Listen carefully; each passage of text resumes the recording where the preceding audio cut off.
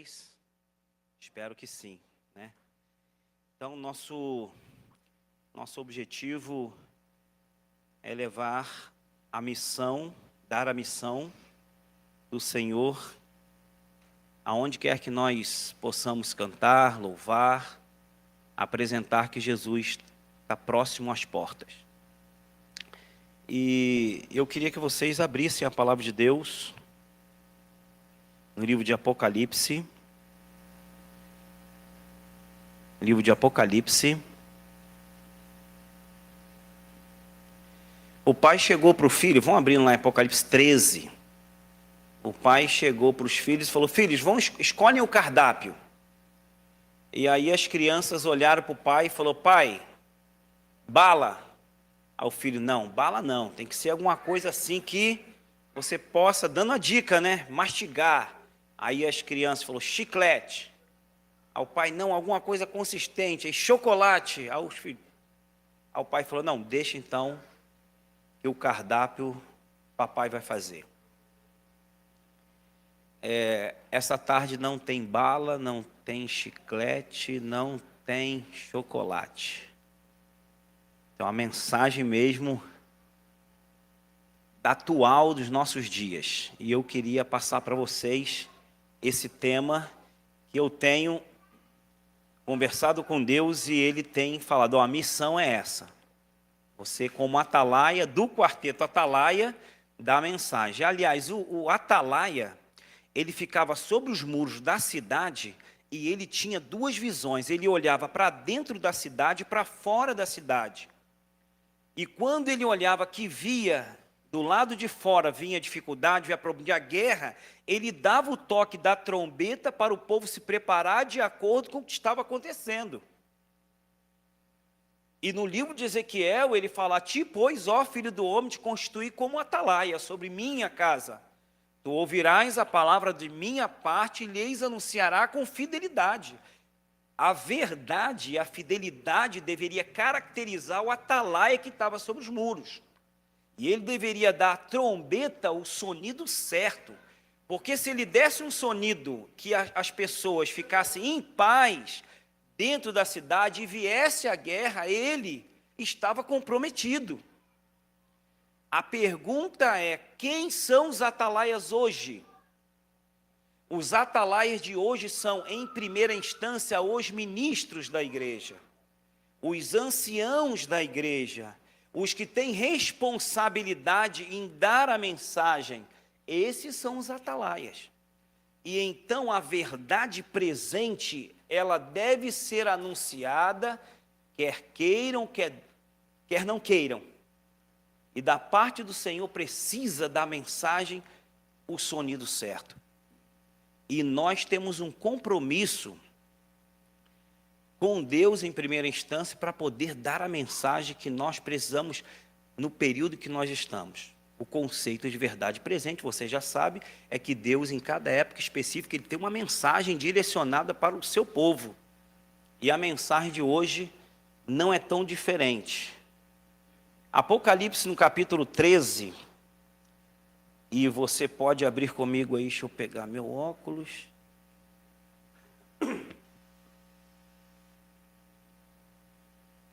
Quem é responsável pelo culto? Até que horas eu posso ir? Qual o máximo que eu posso ir? Que não atrapalhe o pessoal. Tá bom, então até a hora que eu quiser, você não sabe com quem você está falando, mas tá bom. Mas vamos lá. Apocalipse 13, a partir do versículo 11, diz assim na minha versão: então, vi subir da terra outra besta que tinha 2 chifres, semelhante ao quê? Semelhante ao quê? Cordeiro, mas falava como? Apocalipse 13, agora versículo 12. Exercia toda a autoridade da primeira besta na sua presença, e fazia com que a terra e os que nela habitassem adorasse a primeira besta, cuja a ferida mortal fora o quê?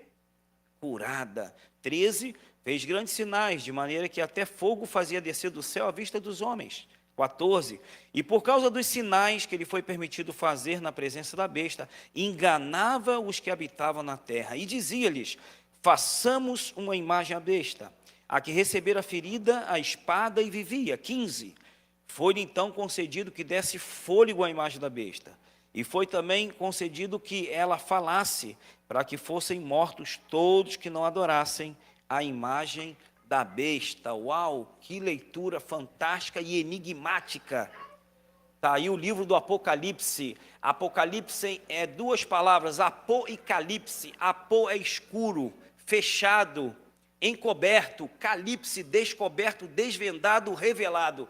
Então, ao mesmo tempo que o livro do Apocalipse ele é escuro, obscurecido, fechado, ele é revelado, ele é desvendado. E aí fica a pergunta, mas é revelado ou não é revelado? Apocalipse capítulo 1 e 2, ele dá a resposta. Revelação de quem? De Jesus Cristo, que Deus lhe deu para mostrar para quem? Para quem? Aos seus servos. As coisas que em breve devem. Ok. Então, porque muitos abrem o livro do Apocalipse, é enigmático, não consegue, desvia, foge, não lê, porque Deus a destinou o anjo para dar a João, a fim de revelar para os seus servos. Servos é aqueles que estão no serviço do Senhor. E tem uma divisão aqui: servos de Deus e povo de Deus. Os servos de Deus são aqueles que estão no serviço do Senhor. Povo de Deus é aqueles que buscam o Senhor e até certo ponto tem a unção, mas não conhece toda a verdade. Tanto é que os servos de Deus, nos momentos finais, eles vão fazer um convite para o povo de Deus. Vocês conhecem Apocalipse 18, versículo 4, que diz o quê? Que diz o quê? Sai dela, é povo de Deus, mas está onde que deve sair de lá? Nas corporações que nós as identificamos como sendo Babilônia. Muito bem, eu tenho um temor aqui nesse texto. Antes, quando os pregadores vinham e anunciavam, falavam sobre a primeira besta, a segunda besta, havia todo um critério para identificar. Textos históricos, fatos históricos, para a gente identificar a primeira e a segunda besta. Hoje os pregadores, assim como eu vou fazer essa noite, a gente já vai falar direto e muitos de vocês já sabem quem é a primeira besta e quem é a segunda. Mas a minha pergunta, a minha indagação é o seguinte: por eu saber que poder representa a primeira besta, e aliás, quem é a primeira besta? Quem representa a primeira besta que emerge da onde? Do mar. A primeira besta, Apocalipse 13, 1 e 2, emerge da onde? Do mar. A segunda besta emerge da onde? E quem é então, a profecia revela quem é a primeira besta? Que emerge do mar, quem ela é? Quem é? Sem ficar com medo não, as leis ainda nos protegem. Por enquanto, é sobre isso que eu estou aqui hoje. Por enquanto. A primeira besta representa Roma nas suas duas fases e na última em especial. Roma tem duas fases: Roma imperial, Roma pagã, e a segunda fase, Roma cristã, Roma papal. As duas fases de Roma. Então, essa primeira besta, aqui representada, ela é erguida por uma segunda besta que emerge da terra. E essa primeira besta, a segunda besta que emerge da terra, ela tem 5 características que eu quero falar para vocês. A primeira característica está aqui, ela emerge da terra. E essa segunda besta que emerge da terra, ela representa a América. América do Norte, Estados Unidos, diretamente falando. Ela emerge da terra e, no original ali, essa palavra emergir da terra é crescer mesmo como uma planta, uma árvore viçosa. Porque realmente eles cresceram da terra, de um local bem despovoado. Eles eram perseguidos cristãos ali da Europa e eles atravessavam o Atlântico e buscavam um refúgio. Eles queriam um local onde eles pudessem gozar do fruto do seu trabalho. Eles queriam uma igreja sem papa e um estado sem rei. onde eles poderiam, então, criar uma nação que eles pudessem gozar de liberdade, eles pudessem ir e vir. Inclusive, na Nova Inglaterra, nas colônias ali que foi fundada até por um xará meu, Rogério Williams, não sei se essa é a pronúncia, é Roger Williams, conta-se a história que você não via nas ruas um bêbado, você não via xingamento nas ruas e ninguém mendigando. Realmente aquela nação cresceu viçosamente, e ela cresceu porque a bênção de Deus estava sobre aquela nação. E ela cresceu com esses dois pilares, que tinham dois chifres, né? Esses dois pilares que fizeram dessa nação uma república e uma democracia que dava liberdade política e liberdade religiosa. Os Estados Unidos fizeram algumas emendas, e na primeira emenda, ela reza que ali naquela nação, eles devem ter liberdade política e liberdade religiosa. Em matéria de religião e de governo, eles podem ir e vir. Ou seja, a Carta Magna da nação apoia a liberdade. Então, eles podem falar livremente, se reunir pacificamente, livre naquela nação. Amém? Em matéria de poder ser um exemplo em liberdade religiosa, eles são a nação número 1. O terceiro ponto fala que eles têm aparência de quê? Aparência de cordeiro. Outro dia eu estava comentando com um amigo meu, e muitos ficam preocupados, né? Porque a igreja adventista tem um mito que corre entre nós. E o mito é o seguinte, vou falar igual os espanhóis: mira-me, mira-me, mira-me, olha para mim, olha para mim. Tem um mito entre nós. Todo adventista sabe que vai vir um quê? Um decreto. Sabe o que diz Sofonias capítulo 2 e o versículo 1 e 2? Sofonias capítulo 2, versículo 1 e 2 fala assim: congrega-te com a nação que não tem desejo, antes que venha um decreto e o dia passe muito rápido como palha, sim, antes que venha o grande dia da ira do Senhor. Você sabia que nos testemunhos de Jesus há mais palavra profética escatológica no Antigo Testamento para os nossos dias do que para os dias deles? Vocês sabiam disso? E essa palavra de Sofonias se aplica aos nossos dias. Muitos adventistas falam assim: quando vier o decreto, aí eu desperto, levo a coisa a sério, aí vou fazer uma reforma de saúde, que eu sei que precisa fazer, alguém até prega aí, mas a gente vai levando, a gente vai dando um jeitinho, e aí eu faço a minha reforma de saúde, eu acerto o meu vestuário, a minha modéstia cristã, eu acerto em questão de música, da minha conduta, os meus negócios. Estão esperando um decreto para tomar uma decisão nessa direção. E eu não quero te desanimar, mas eu quero te dizer, não finja que não estou falando com você. A coisa é séria. Você sabe o que tem acontecido no mundo? Você sabe que o cerco já está fechando. Eu não quero te alarmar, eu quero te orientar e dizer o que tem acontecido. Vocês estão por dentro do relógio do ano 27, estão sendo colocados em vários pontos, vocês estão sabendo disso? Colocar aqui no Rio de Janeiro, que até o ano 27, vocês não sabiam disso? Eu vim então aqui para falar isso para vocês. Nova York, ou seja, é a última chance do planeta, até o ano 27. Não tem mais reversão. Bom, isso é um ponto muito interessante. Ora, o cenário já está preparado. Os atores já estão prontos. Está praticamente tudo elaborado. Deus tem aguardado com longanimidade. O que é longanimidade? Deus está alongando o tempo. Até que ponto? Ele tem dado a misericórdia, o Santo Espírito tem convidado, tem insistido, tem persistido, comigo e com você.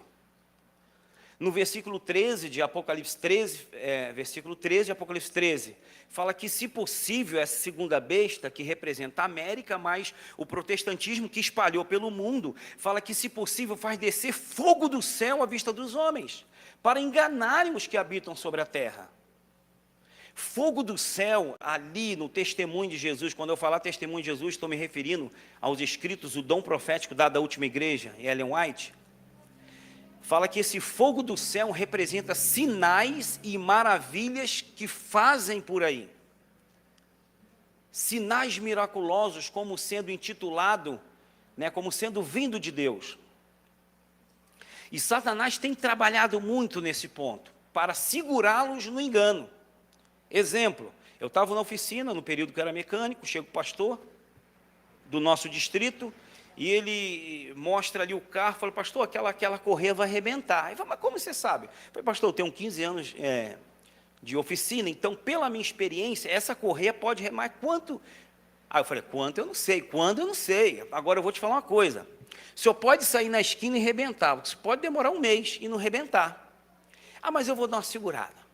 Tá bom, mal te avisei. Ele sai com o carro, uns 5 minutinhos ele volta com a correia na mão arrebentada. Ele falou assim, tu é profeta? Aí eu falei, não sou profeta, e falei a palavra de Amós. Eu não sou profeta e nem filho de profeta, mas a experiência que eu adquiri fez com que eu tivesse uma noção de que pode arrebentar na esquina até um mês. No livro Grande Conflito fala assim, Satanás tem adquirido experiência com o pecado e o pecador. Ele conhece e ele estuda os seres humanos. Você conhece aquele texto de Apocalipse 12:17 que fala assim, e o dragão parou sobre a areia do mar? Quando você fala sobre a areia do mar, o que você está fazendo? Está observando, né? Satanás fica observando as pessoas, as nações, os movimentos das nações, ele incita as nações. E eu queria passar aqui, não tem muito tempo, mas eu queria passar, pelo menos vocês ficarem cientes de uma coisa. Quantos decretos que vocês conhecem, o decreto dominical, quantos decretos vocês conhecem, pelo menos? Me ajudem aí e participe aqui. Quantos decretos você conhece? Você já ouviu falar, ouviu alguém pregar? E a propósito, quanto tempo tem que você não ouve um sermão sobre esse tema? Não precisam de falar, você apenas fica aí, retoricamente, para você pensar. Então, vamos lá, pergunta. Quantos decretos dominical você já ouviu falar? Fala para mim aí. Pode participar.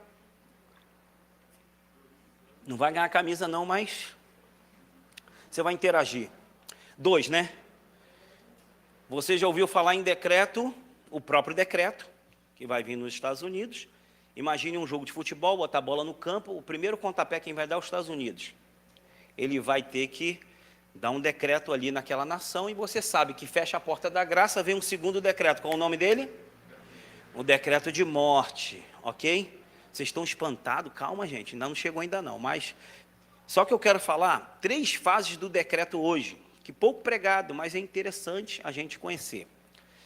E esse decreto, ele é chamado, está lá no livro Grande Conflito, na página 605, chama-se agitação dominical. Já ouviu falar? Já ouviu falar quem está aí no sofá, quem está aí atrás? Agitação dominical, já ouviu falar? Agitação dominical, já ouviram? Sim ou não? Não ouviram. Deixa eu pegar aqui na minha pasta. Eu andava com os livros, mas agora...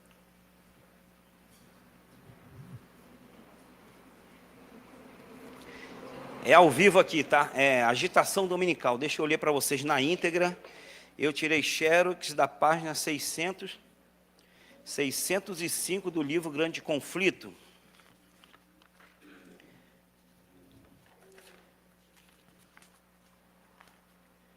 Só um minutinho, uma paciênciazinha, que vai valer a pena.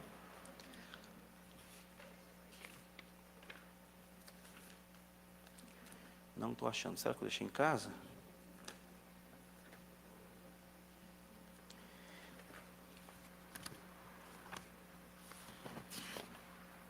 Achei.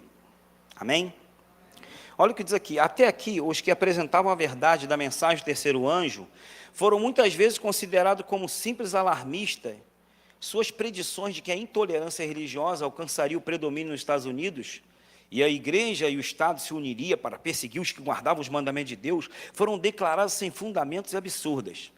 Então, Note que no texto aqui, fala que onde a mensagem do terceiro anjo é pregada mais amplamente lá nos Estados Unidos, na América, fala que aqueles que pregam, assim como eu estou fazendo hoje, lá prega muito mais, então eles pregam que vai chegar um momento em que o próprio Estados Unidos, que é o líder das nações em matéria de liberdade religiosa, eles vão anular os seus requisitos básicos das nações para impor os seus dogmas. Então eles falam, rapaz, esse pessoal é alarmista, esse tal de adventista aí, esse cara fala coisa que não vai nunca acontecer. O nosso país não pode ser nenhum outro a não ser aquilo que ele tem sido, defensor da liberdade política e religiosa.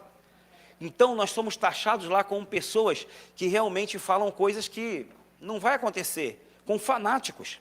Agora, vamos à continuação do texto. Afirmou-se confiadamente que esse país jamais poderá ser outro que ele tem sido, defensor da liberdade religiosa. Mas, olhem para mim agora, mira-me, ao ser a questão da obrigatoriedade da observância do domingo amplamente agitada, ver-se-á o fato descrito, porém duvidado e agora acontecendo.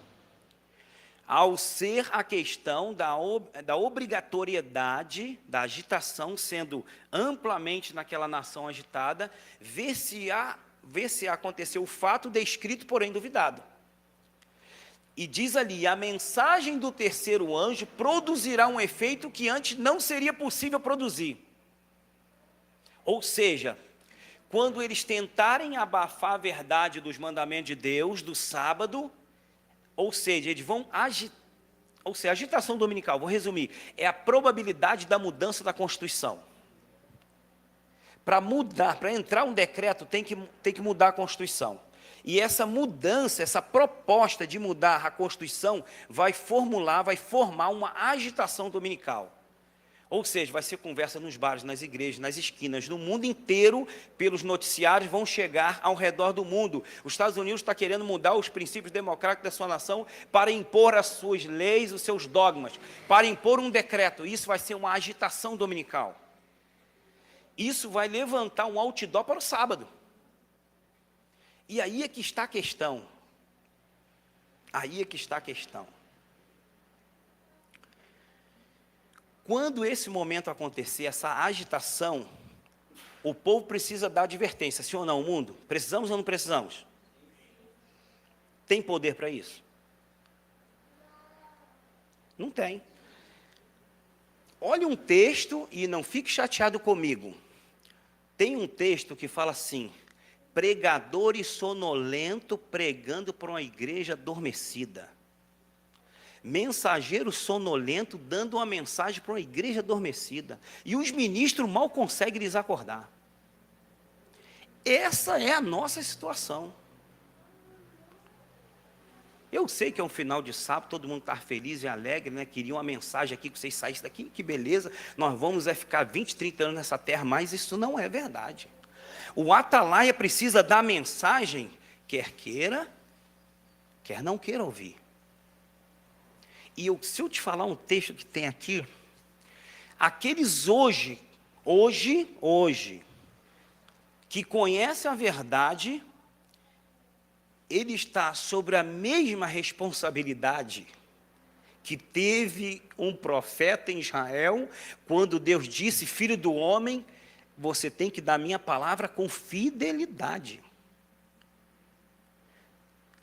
A mensagem que eu tenho que dar hoje aqui, eu tenho que ser honesto. Eu não posso tirar nada dela, tem que ser a honestidade, a fidelidade, eu preciso entregar ela com fidelidade. Porque quando a trombeta dá o sonido, então eu entendo que a minha postura precisa mudar. A minha mente precisa ser renovada. Quando vier essa agitação dominical, é o que muitos pensam, já não tem tempo mais para adventista. Se você quiser comprovar isso que eu estou falando, você vai pegar o livro Primeiros Escritos. Eu não me lembro a página, eu tenho aqui. Mas você vai ler o último capítulo do livro Parábolas de Jesus, fala sobre as 10 virgens. As 10 virgens saem para encontrar-se com o noivo. E, aliás, elas estão aguardando o noivo e, de repente, o noivo retardou, demorou um pouco. Todas foram tomadas de quê? Todas adormeceram.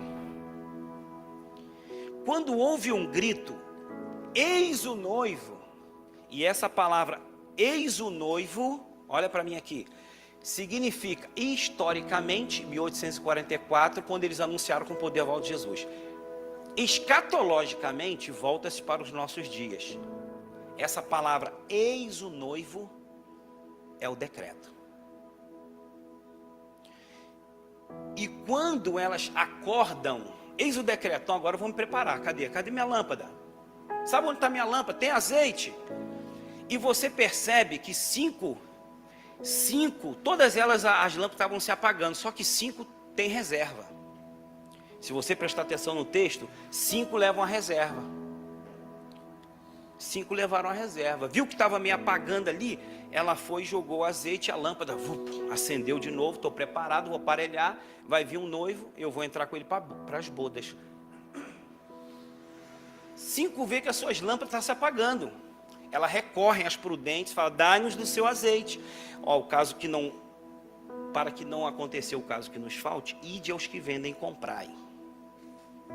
Se você olhar e pesquisar, você vai ver que elas vão sair e elas voltam. E bate na porta, Senhor, abre-nos a porta. Elas encontraram azeite. No livro 1 Escritos fala, quem vendeu azeite para elas foi Satanás. A última igreja é o que representa ali na parábola, é a igreja adventista. Deus abençoou essa igreja com os oráculos santos da verdade, para dar ao mundo uma mensagem pura e santa. Nos últimos momentos, você deixaria o teu amigo descansar na beira do precipício? Ou tu acordaria ele e fala, cara, desperta aí, o Senhor vem, acorda-te. E nós estamos vivenciando, e parece que a gente está indo, poxa, deixa a vida me levar. E eu não posso ser diferente, eu não posso fingir que Deus não me entregou nada. E eu preciso falar com vocês. Irmãos, estamos chegando no limiar da história desse mundo. É muita coisa que eu tinha que falar, mas eu vou tentar resumir. Essa agitação dominical, só agitação, não é o decreto, é agitação.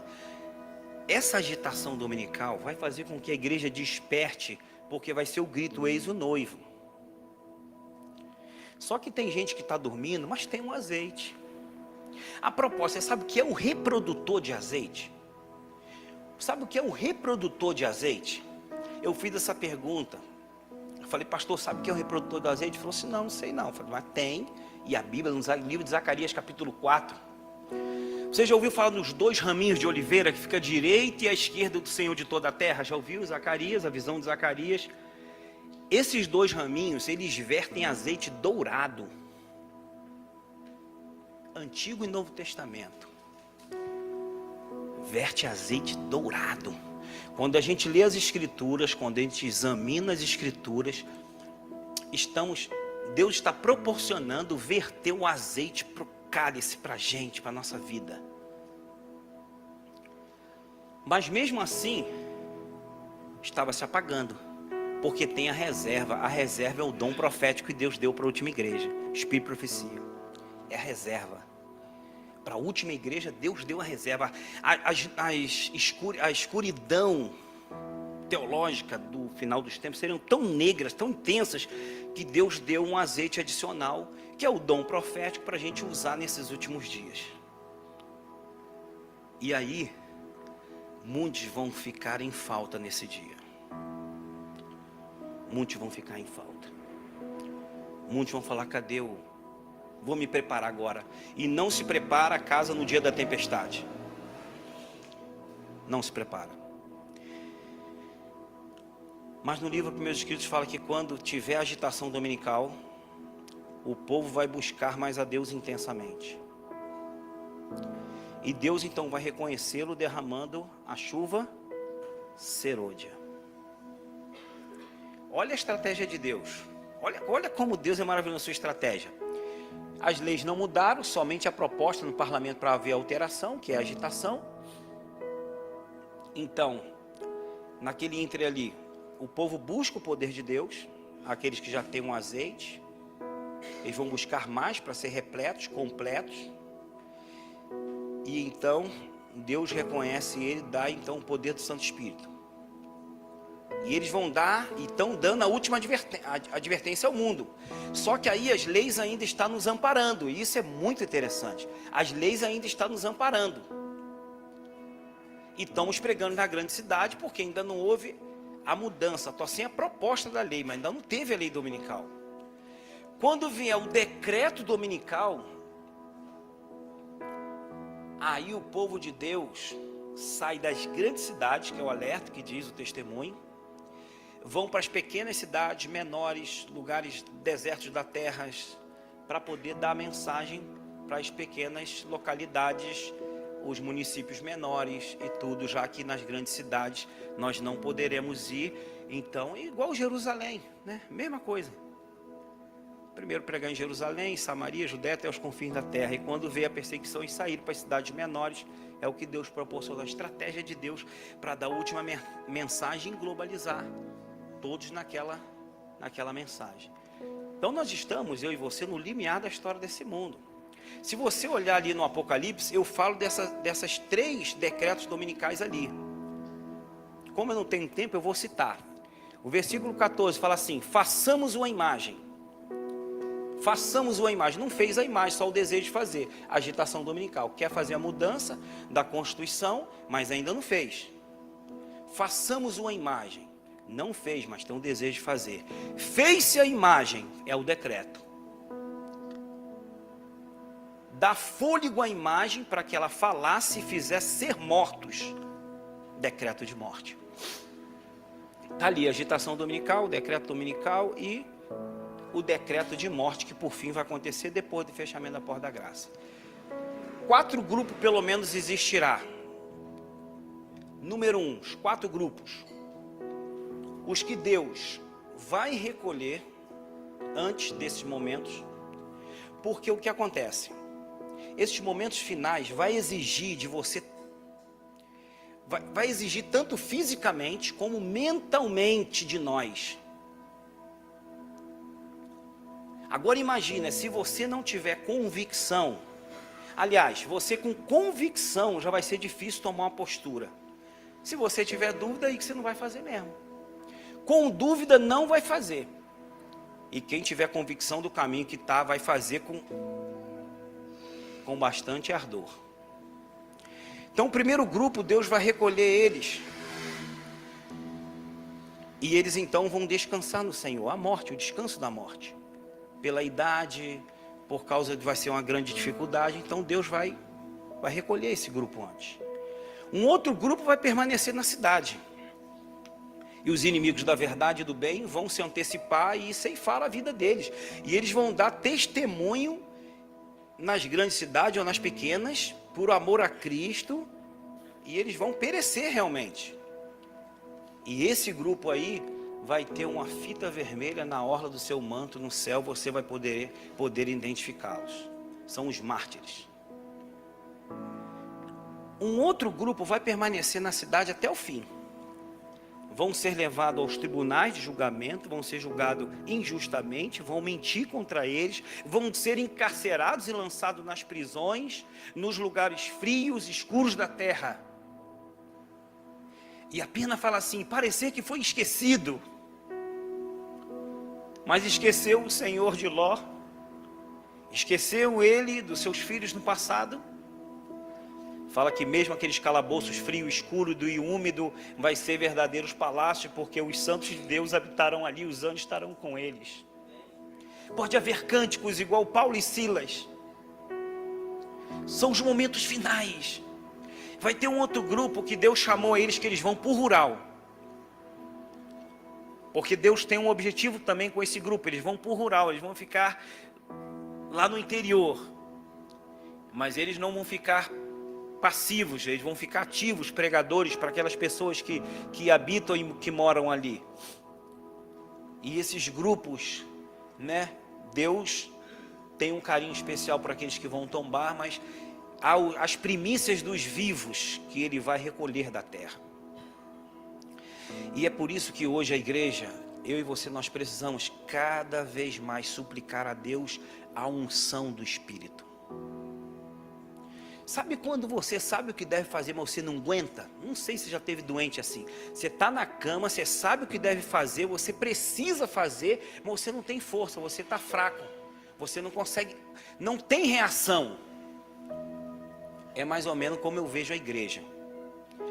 A igreja sabe o que deve fazer, conhece o que deve fazer, até sabe como fazer, mas não consegue reagir.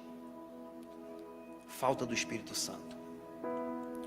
Os homens podem ser eloquentes, ter habilidade natural adquirida, mas se não houver o toque do Espírito Santo, nenhum coração é tocado, nenhuma alma é transformada. Porque não há unção. Nós estamos nos momentos finais, nós precisamos de buscar o Senhor enquanto se pode achar. Invocai-o enquanto ele está perto. O texto me sugere o quê? Que vai chegar um momento que as pessoas vão invocar o Senhor e não vão achar. Vão clamar e ele não vai estar perto. Então hoje é o dia aceitável, hoje é o dia da salvação. O quarteto vai cantar esse último louvor. Esse último louvor, ele é uma oração cantada. Ele é uma oração cantada. E por que não dizer que ele é uma súplica? Teve uma vez que eu estava no estudo bíblico e eu senti que naquele dia estava fraco o estudo, irmão, estava fraco. Não que eu não sabia dizer as palavras, não que eu não sabia dizer os textos de cor, porque quem dá estudo cotidianamente sabe os textos de cor, falar e tal, mas sabe o vazio? Quando a gente está sem emoção, sem fervor, estava assim. Só que eu li que nessas circunstâncias da vida, mesmo assim nós podemos suplicar o Senhor. Na metade do estudo eu falei: Senhor, dá teu Espírito, me dá tua unção nas minhas palavras, porque as minhas palavras atingem os ouvidos, mas eu atinge o coração, e somente o Espírito Santo pode fazer isso. E de repente Deus inverteu a situação, e o Mário Sérgio tomou a decisão naquele dia. Naquele dia vindo, o carro ferveu, o radiador, e eu aprendi com o pastor, falei: rapaz, quando tiver difícil vai, porque é aí que Deus vai operar. E eu fui. Tem que ser assim. Dar tudo de você, fazer o máximo, porque o Senhor está vindo. Nós estamos na última igreja, é a última chance, e nós como adventistas do sétimo dia, se eu te falar algumas coisas que eu sei, você vai ficar assustado. O primeiro golpe vai ser na igreja. O primeiro golpe. A igreja que possui os oráculos santos da verdade para entregar para um mundo impenitente, para que muitos acordem, está nas suas mãos. O quarteto vai cantar agora. E se você quer fazer parte desse exército, se você quer fazer parte, você vai ficar de pé, ou você vai se ajoelhar, ou você vai vir aqui na frente. E nós vamos fazer uma oração especial. A oração é uma oração de entrega, para que Deus possa nos despertar, nos acordar, porque o tempo está próximo, está às portas. Que Deus vos abençoe.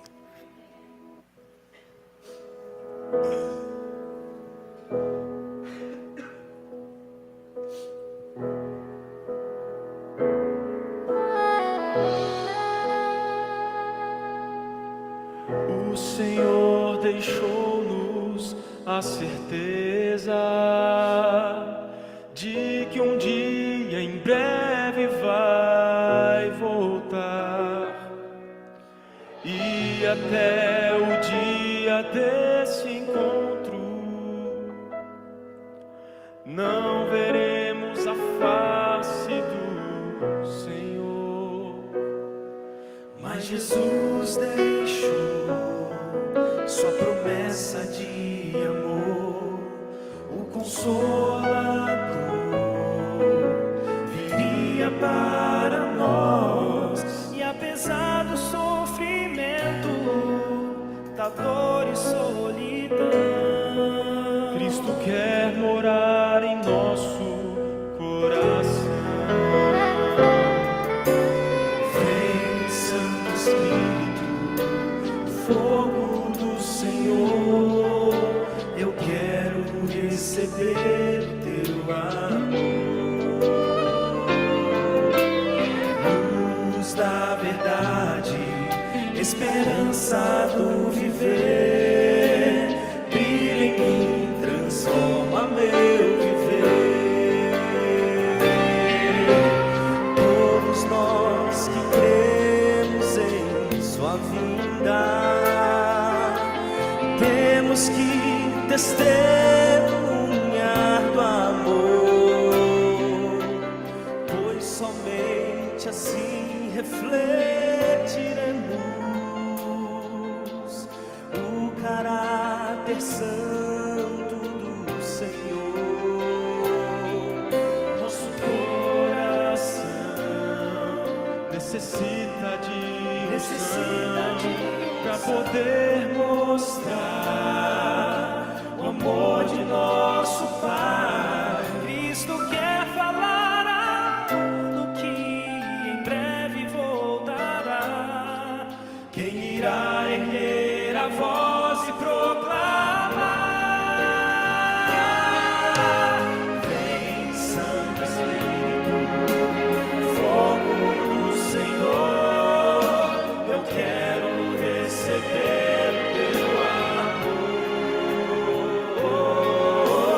Luz da verdade, esperança do viver, brilha em mim, transforma meu viver. Esse mundo já está chegando ao fim, e a promessa do Consolador é pra nós. A última igreja, a última chance, a última chama de amor acesa está. Vai você brilhar, vai você falar.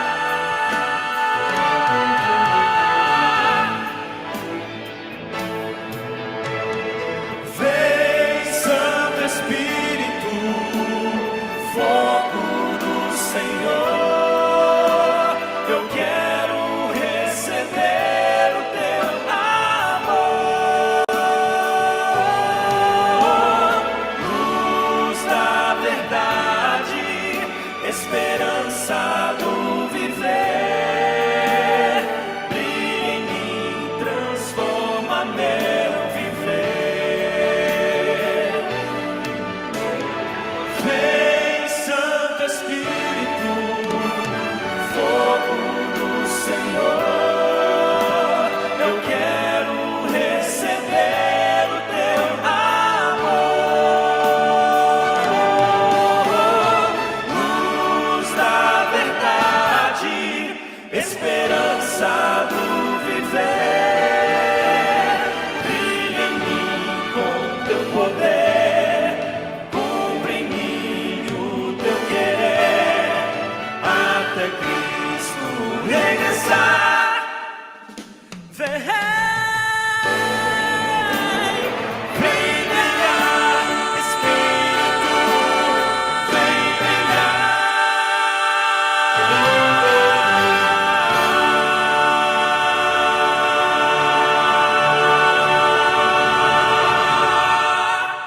Amém. Em Ezequiel 37, você conhece, né? Deus leva o profeta a um cemitério e ali tem ossos sequíssimos. E a palavra do Senhor,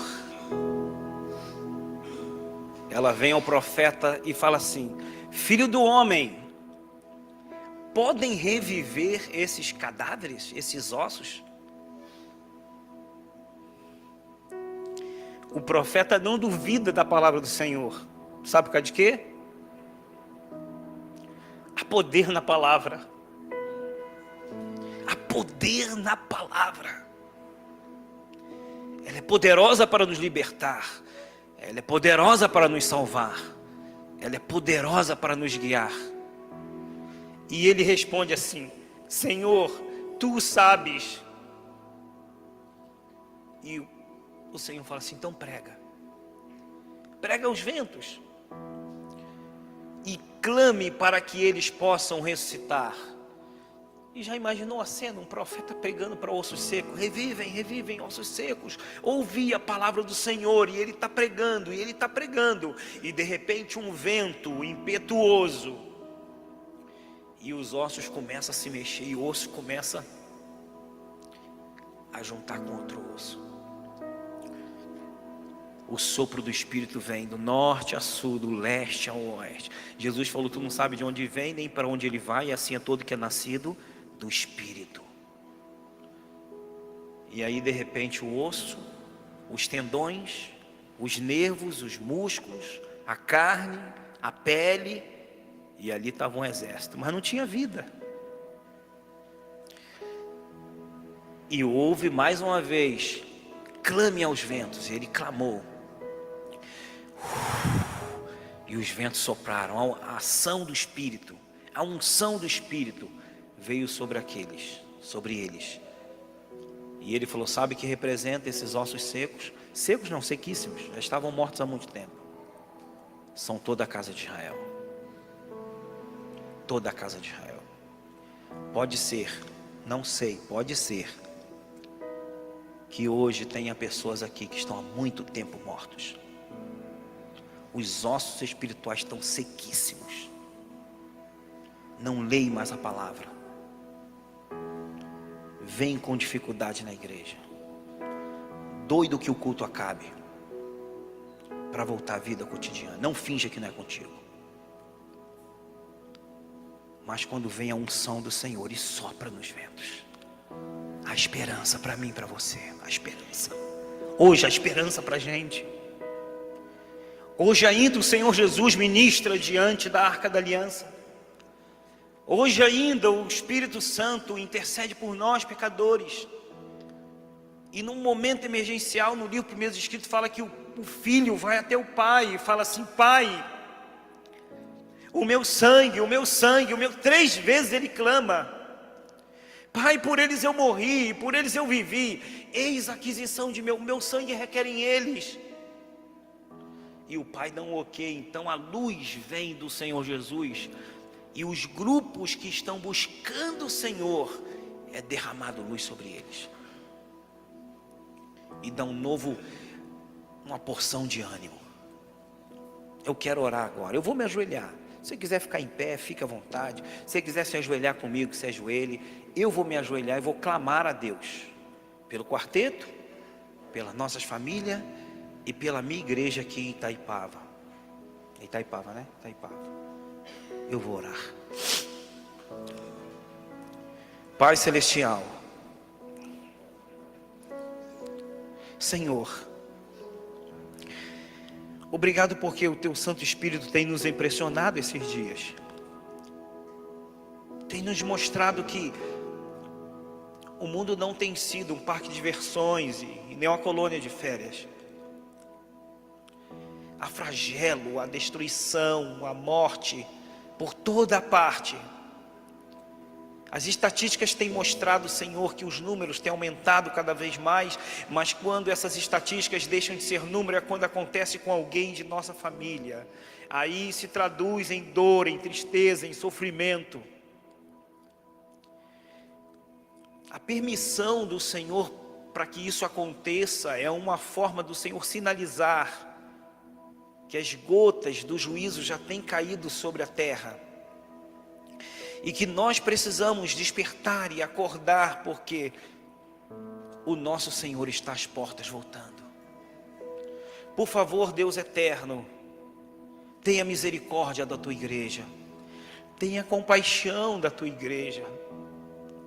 Perdoa-nos, Senhor, e ajuda-nos a ter uma postura de filhos e filhas do Senhor. Não filhos nascidos do sangue, e nem da vontade da carne, nem da vontade do varão, mas filhos que foram nascidos da unção do Espírito. Ajuda-nos, Senhor, porque nós carecemos do Senhor nessa hora escura do mundo. Que nós possamos clamar como os discípulos no caminho de Emaús: Senhor, fica conosco, porque já vai altas horas. Não nos deixa sozinho, Pai. E por favor, Senhor, unja-nos. Coloque a Tua palavra em nossos lábios para dar palavra de ânimo, palavra de advertência, de exortação, mas palavra de esperança e de fé e de confiança. Porque muito em breve o Senhor despontará e explodirá nas nuvens dos céus com poder e grande glória, com todos os santos anjos.